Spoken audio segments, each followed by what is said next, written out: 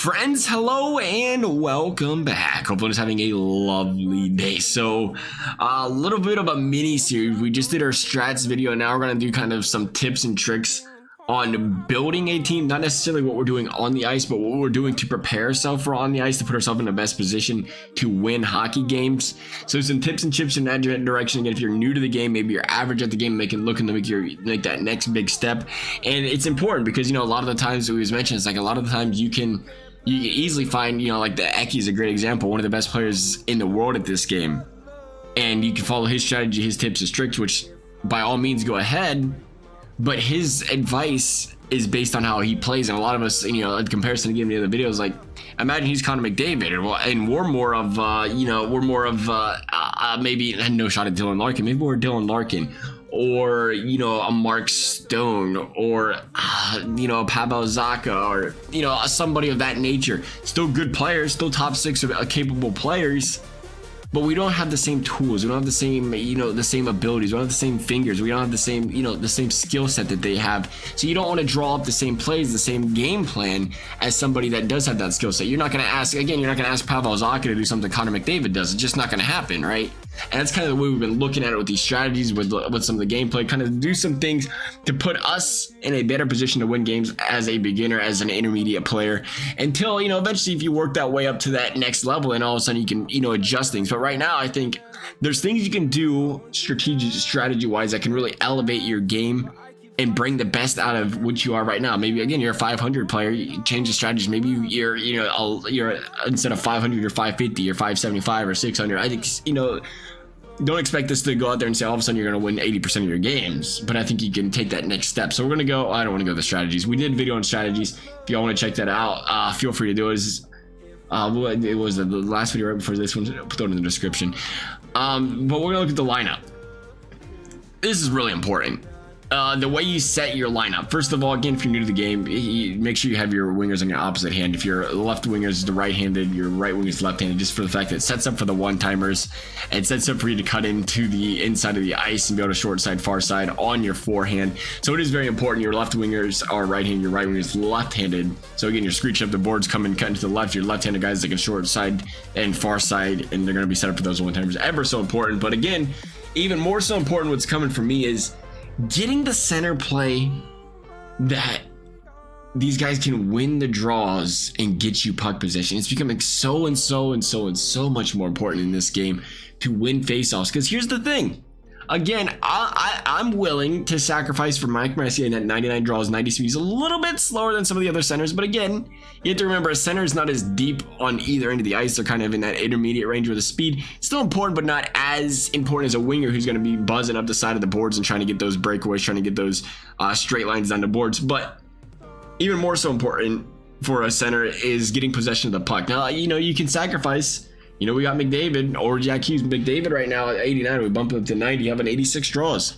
That's average-ish. A lot of people win and beat Connor McDavid in the draws, so we put him on the wing.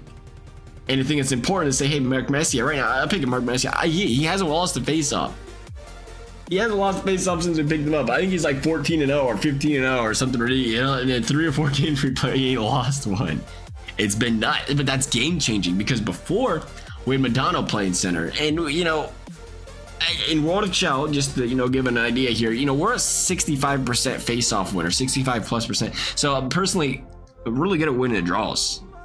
That's probably one of my strong suits. But I've noticed the face-off ratings, man, has been tough to win 50-50s, almost finishing negative in some games in the draws. That's something that never happens for me personally. And when you consider that, for Messier, for example, you win 14 draws with Messier. And let's say out of 10 draws, Messier wins 9, and Madonna was going to win 4 or 5. That's a 9 possession swing, where you had 9 possessions, 9 chances to run up the ice, skate up the ice on the rush that the opposing team had to defend. That you had a chance to create scoring opportunities. Now instead of having 9, you have 4. Not only do you only have 4 chances, so half the amount of chances to get a rush, get a breakout, get a one-time or whatever, the opposing team now has 5 more. And you have to defend 5 more, and they're going to have the time and attack more. So it's such a big deal to get as many face-off capable players up the middle as possible. And it's worth sacrificing a couple of speed ratings. And that's the same story for just about anybody. Even if you're going with the lower overalls. And that's important too. If you are, you're new to the game, don't feel entitled, or not entitled, but don't feel pressured that you have to go out and get a Madonna. Honestly, I think it was a mistake. I really do think it was a mistake getting a Madonna. I like the new one like just as much.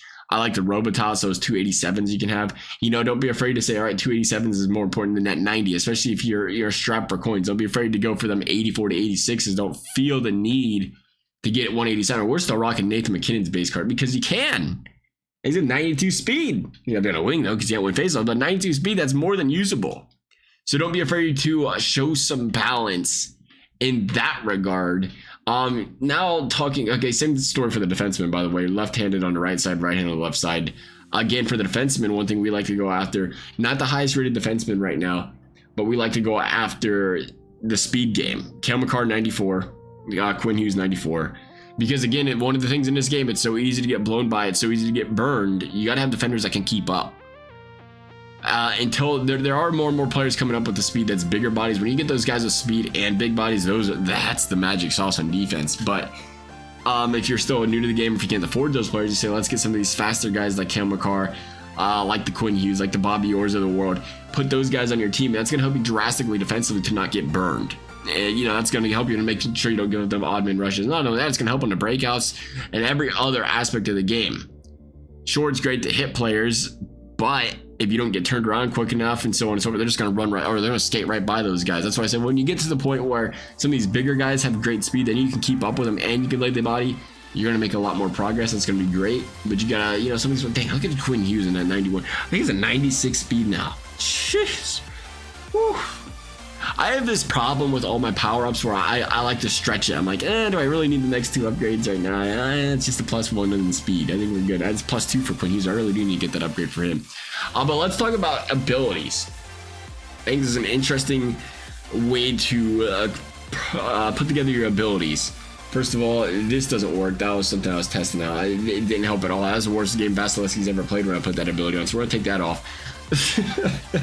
But the way we like to put this together is, I think it's easy to say, let's put all of our abilities on our forwards, let's get the best out of our forwards, and all this. Now we put it on McDavid because it's we put it on Madonna. It's, again, the speed is important. But notice how we didn't use elite edges for Mike Modena. We didn't use elite edges for McDavid and so forth. Now again, depending on where you're at in your game and how good defensively you are, if you're nasty defensively right now, you don't have any problem giving up goals, and you're clamping teams down, it's like, go ahead and put your abilities on your forwards to help you out. But what we've been doing, and I think is really important, is putting the elite edges on our defenders, on our Bobby Orr, Adam Fox, on our Quinn Hughes. And the reason this is so important is because your defenders are the ones that are quickly turning around. And if they quickly turn around and they do it slowly, you're much more susceptible to giving up a breakaway to a 201 because you're going to get burned quickly. With elite edges on, the advanced maneuverability with the ability to turn tight corners while retaining high speed, note always active kind of thing, you're much more likely to be able to quickly turn around and not get burned and maintain that speed and be able to play more effective defense.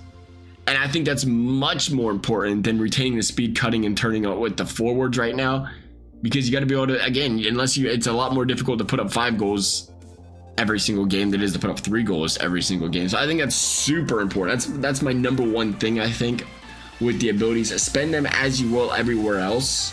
Do what's best for you everywhere else. But I think when it comes to that particular situation, it's important to get as many of your defensemen with elite edges as possible, and then kind of go out there and spread them out however you please with the rest of the way you play. I like using the unstoppable force crashing, and I think that's a great one to use.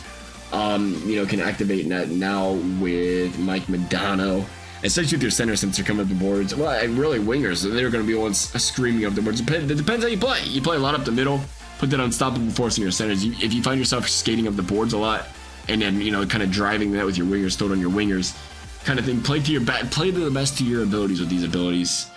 Nonetheless, that's kind of some of the things I thought we'd go out there, throw out there. You guys can try out, see if it helps you at all. If it did, I'd appreciate you letting me know. Liking the video, subscribing. You never have to though. Thank you all for watching. We'll see you next time.